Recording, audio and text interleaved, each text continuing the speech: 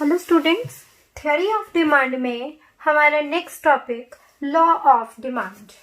Law of demand states that other things being equal, demand for a good x tends with fall in its own price and it contracts with rise in its own price. It means there is inverse relationship between price of the commodity and quantity demanded of that commodity. To express law of demand, we can write it as demand for X commodity is function of price of X commodity. But other things being equal, so price of related goods, taste, expectations और level of income, हम इन्हें constant कर देंगे. यानी कि जो हम change study करेंगे, रिलेशन स्टडी करेंगे, वो प्राइस और क्वांटिटी डिमांडेड में होगा. सो हम इसको डिफाइन कर सकते हैं that law of demand states that people will buy more at lower prices and buy less at higher prices, other things being constant. Next comes assumptions to the law of demand. To the law of demand, there are some assumptions. First assumption, there should be no change in price of related goods. Second, there should be no change in taste and preferences of consumers. Next, there should be no change in expectations of consumers. Next, there should be no change in income of the consumer. So, start करते हैं with explanation.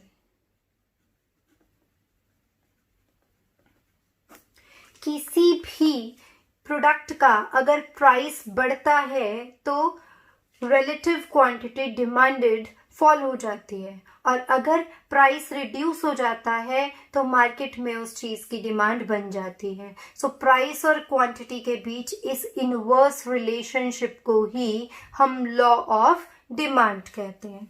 इसको further explain करने के लिए हम सबसे पहले demand schedule को कवर करेंगे. It is just a table showing different quantities of the commodity that a consumer is ready to buy at all possible prices. So, price, हम यहाँ पे एक आइसक्रीम का एग्जाम्पल ले लेते हैं. ये आइसक्रीम का प्राइस है और उससे रिलेटेड क्वांटिटी डिमांडेड को हम यहाँ पे स्टडी कर रहे हैं. अगर आइसक्रीम का प्राइस 1 रुपीज है तो customer is ready to buy 4 units of that ice cream. But if price rises to 2, then quantity demanded is 3. If price rises to 3, quantity demanded is reduced to 2. And if price raise to 4, then quantity demanded reduced to 1. So there is inverse relationship between price and quantity demanded. So demand curve की बात करते हैं. इसी demand schedule को depict करने के लिए हम डिमांड कर्व बना रहे हैं. एक्स वाई प्लेन पे हम एक्स एक्सिस पे लेंगे क्वांटिटी और हम वाई एक्सिस पे लेंगे प्राइस, और डिमांड कर्व का जो स्लोप होगा वो डाउनवर्ड होगा. D D is the demand curve.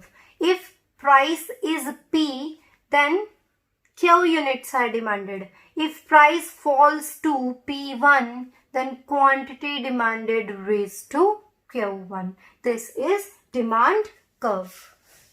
Next, we are going to discuss very important topic that why does demand curve slopes downward. हमने demand curve में देखा कि demand curve का जो slope है वो downward है. Now question arises, why does demand curve slopes downwards? Demand curve के इस नेगेटिव स्लोप के बहुत से रीजंस हैं. First, law of diminishing marginal utility.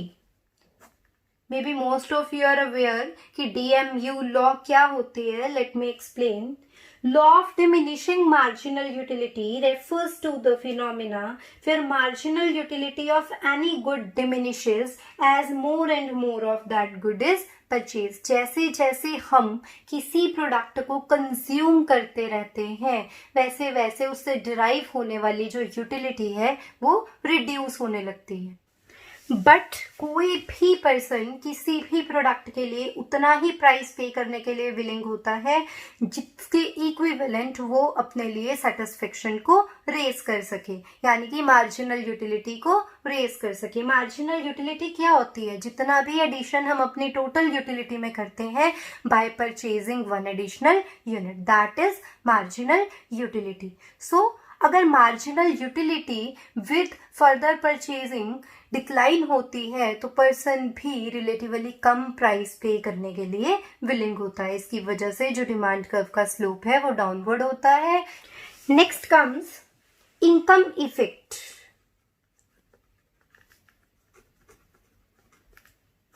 Before starting एक चीज अपने माइंड में क्लियर कर लीजिए कि मनी इनकम और रियल इनकम क्या होती है। Money income is the income expressed in monetary terms, but second is real income. Real income is expressed in terms of goods and services. So income effect की अगर हम यहाँ पे बात करें तो इस इफेक्ट के अंदर एक पर्सन की रियल इनकम चेंज हो जाती है by change in price of the commodity.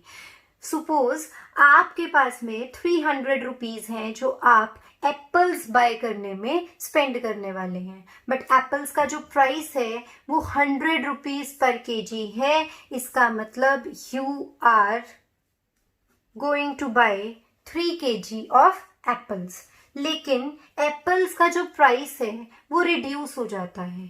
से it is now 80 rupees per KG. Then in these 300 rupees, now you are able to get your 3 kg apples and still you would left with extra 60 rupees, जिससे आप extra apples भी bye कर सकते हो। सो जब एक person की real income में इंक्रीज आता है due to change in price of the commodity, उससे डिमांड जो है वो एक्सटेंड हो जाती है। एंड सेम अगर प्राइस के अंदर राइज आ जाए तो रियल इनकम डिक्रीज होने से डिमांड कॉन्ट्रैक्ट भी हो जाती है। Next come substitution effect. Substitution effect एक ऐसा इफेक्ट है जिससे change in relative price of substitute goods आपकी क्वांटिटी डिमांडेड को अफेक्ट करती है। Suppose 2 substitute goods are there, tea and coffee. जो टी का प्राइस है वो रिड्यूस हो जाता है और टी का प्राइस रिड्यूस होने से जो कॉफ़ी की डिमांड है वो कम हो जाएगी और जो टी की डिमांड है वो ऑटोमेटिकली रेज हो जाएगी क्योंकि कॉफ़ी कंज्यूमर्स भी स्विच हो जाएंगे टुवर्ड्स टी। सो ये जो सब्स्टिट्यूशन इफेक्ट है ये रिलेटिवली प्राइस रिड्यूस होने से, या आप मान लीजिए कि टी का जो प्राइस है वो बिल्कुल सेम है लेकिन जो कॉफ़ी का प्राइस है उसके अंदर राइज आ जाता है, और अगर कॉफ़ी के प्राइस के अंदर राइज आएगा तो जो डिमांड है टी प्रोडक्ट की वो इंक्रीज हो जाएगी। रीजन बीइंग जो भी कॉफ़ी कंज्यूमर्स थे वो भी स्विच हो जाएंगे towards T consumption. So substitution effect is also responsible for downward slope of demand curve. Next comes size of consumer group. Size of consumer group. किसी भी कमोडिटी का एक पर्टिकुलर परचेजिंग कंज्यूमर ग्रुप होता है। अगर उस प्रोडक्ट का price high होता है तो कंज्यूमर ग्रुप जो है वो रिलेटिवली स्मॉल होता है, लेकिन अगर प्राइस थोड़ा रिड्यूस हो जाता है अब उस ग्रुप में जो परचेजर्स हैं वो बढ़ जाते हैं, अब उनका जो नंबर है वो धीरे धीरे इंक्रीज होने लगता है। फॉर एग्जाम्पल कोई चीज़ बहुत डियरर है, महंगी है, तो बहुत कम इनोवेटर्स होते हैं जो पहले उस प्रोडक्ट को बाय करते हैं, लेकिन जैसे उसका प्राइस रिड्यूस होता है देन जो परचेजर्स हैं अब वो भी उस चीज़ को अफोर्ड कर पा रहे हैं, तो इस वजह से जो डिमांड है वो लोअर प्राइस पे इंक्रीज हो जाती है। And last reason is different uses. ऐसी बहुत सी कमोडिटीज मार्केट में होती हैं जिसके ऑल्टरनेटिव यूजेस होते हैं। सो इस तरह के प्रोडक्ट की जो डिमांड है वो कम प्राइस पे बहुत ज़्यादा बढ़ जाती है। हम एग्जांपल ले लेते हैं यहाँ पे मिल्क का।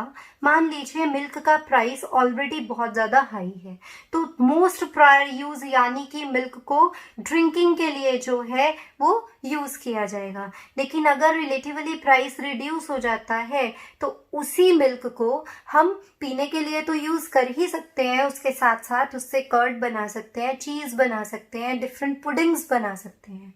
सो these are reasons why our demand curve slopes downwards. Next comes exceptional demand curve. ऐसा नहीं है कि demand curve का जो slope है वो downward ही होता है.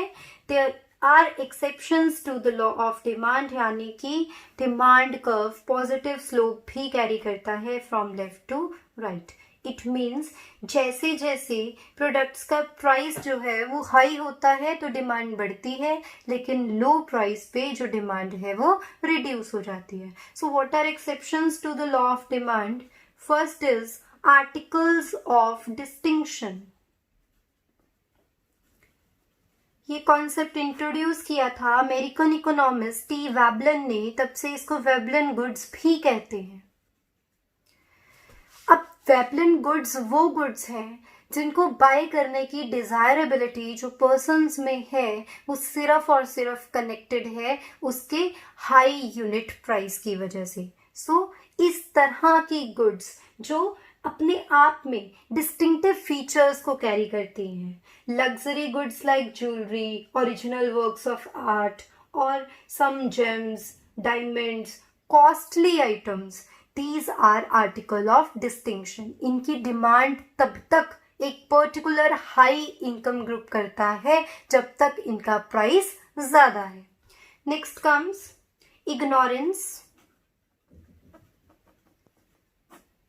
Ignorance is another exception to the law of demand. Sometimes, out of ignorance, people consider commodity with low price is of cheap quality and they do not create demand against that. बहुत से लोग shopping करते time पे दो चीज़ों में अगर confuse होते हैं तो वो प्राइस को कंपेयर करते हैं, और प्राइस कंपेयर करने के बाद उनकी साइकोलॉजी ये होती है कि जो चीज़ का प्राइस ज़्यादा है वो क्वालिटेटिव होगी और जिसका प्राइस कम है वो लो क्वालिटी की होगी. सो इस इग्नोरेंस की वजह से भी आप हाई प्राइस पर ज़्यादा डिमांड क्रिएट करते हो. Next comes Giffen goods. Giffen goods का कॉन्सेप्ट दिया था सर रॉबर्ट गिफन ने, इसलिए इनको गिफन गुड्स कहते हैं. These are inferior goods. और ये इस तरह की गुड्स होती हैं जैसे ही इनके प्राइस के अंदर फॉल आता है इनकी डिमांड बढ़ने की जगह कम हो जाती है. Suppose bajra is an inferior good. अगर बाजरा का प्राइस कम हो जाएगा तो इसकी डिमांड भी कम हो जाएगी. Reason being real income of consumers वो बढ़ जाएगी और with increase in that income person will buy some superior good instead of बाजरा. सो जितनी भी कमोडिटीज, जितनी भी गुड्स जो लॉ ऑफ डिमांड को सेटिस्फाई नहीं करती उनको जनरली गिफन गुड्स की कैटेगरी में ही रखा जाता है. And the last is expectations. मान लीजिए एट प्रेजेंट प्रोडक्ट का प्राइस ज्यादा है तो जो डिमांड है वो रिलेटिवली क्या होगी, कम होगी as per law of demand. लेकिन अगर फ्यूचर में प्राइस के रिड्यूस होने के चांसेस ज्यादा हैं तो हम उस प्रोडक्ट को बाय नहीं करेंगे, उसकी परचेज को पोस्टपोन करते रहेंगे. लेकिन अगर हम एक्सपेक्ट करते हैं कि फ्यूचर में जो प्राइस है वो रेज हो जाएगा तो एट प्रेजेंट हाई प्राइस पर भी हम उस चीज़ की जो डिमांड है वो क्रिएट कर देते हैं. So all this contributes towards exceptions to the law of demand.